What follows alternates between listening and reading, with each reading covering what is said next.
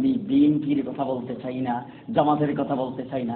যুদ্ধ অপরাধীর বিচার আপনারা 1000 বার করেন, লাখ বার করেন, আমাদের কোনো আপত্তি নাই। তবে আপত্তিটা এই জায়গায় করতে চাই যেখানে 30 লক্ষ মানুষ শহীদ হইল, যেখানে 1 সাগর রক্ত বয়ে গেল, যেই জায়গার মধ্যে 2 লক্ষের উপরে মা বোনদের ইজ্জত লঙ্ঘিত হলো। এই 2 লক্ষ মানুষের ইজ্জত লঙ্ঘন করেছেন, 2 লক্ষ মা বোনদের ইজ্জত লঙ্ঘন করেছেন, আর 30 লক্ষ মানুষকে শহীদ করেছেন। এই যুদ্ধ অপরাধীদের তালিকায় শুধুমাত্র 8-9 জন। কথা কম না করে জি।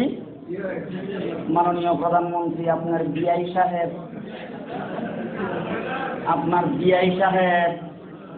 71-এর স্বাধীনতা যুদ্ধের সময় কোথায় ছিল? যাকে আইন প্রতিমন্ত্রী বানিয়েছেন সেই কামরুল ইসলাম সাহেব, ওনার বাড়িও ব্রাহ্মণবাড়িয়া, আমার বাড়িও ব্রাহ্মণবাড়িয়া। আমি তো পরিষ্কার বলতে পারি তার 14 গোষ্ঠীর এলাকা।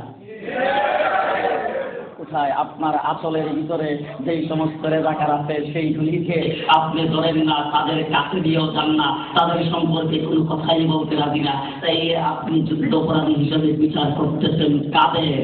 যারা যুদ্ধ অপরাধী না, মিথ্যা অজুহাত ছায়া তাদেরকে বিচার করে বাংলার মাটিতে যুদ্ধ অপরাধীদের কলঙ্ক মুক্ত হওয়া যাবে না।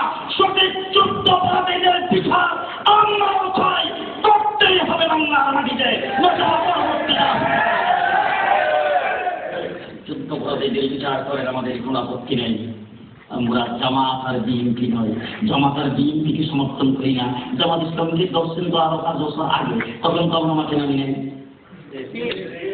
আজকে হেফাজতে ইসলাম মানে হেফাজতে জামাত ইসলাম, আর কিছু হইলে এই বিএনপি জামাত হেফাজত, বিএনপি জামাত হেফাজত।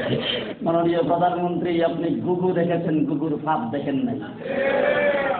আপনি বাঘ দেখেছেন, বাঘের খুনকাপ দেখেন নাই। আপনি সাপের সলম দেখেছেন, সাপের ফোনা দেখেন নাই। পরিষ্কার ভাষায় বলে দিচ্ছি, বিএনপি নয়, জামাত নয়, হেফাজতে ইসলাম আবার যুদ্ধের ময়দানে নামবে। খুঁজা পালাইবার পথ খুঁজা পাবেন না, পালাইবার পথ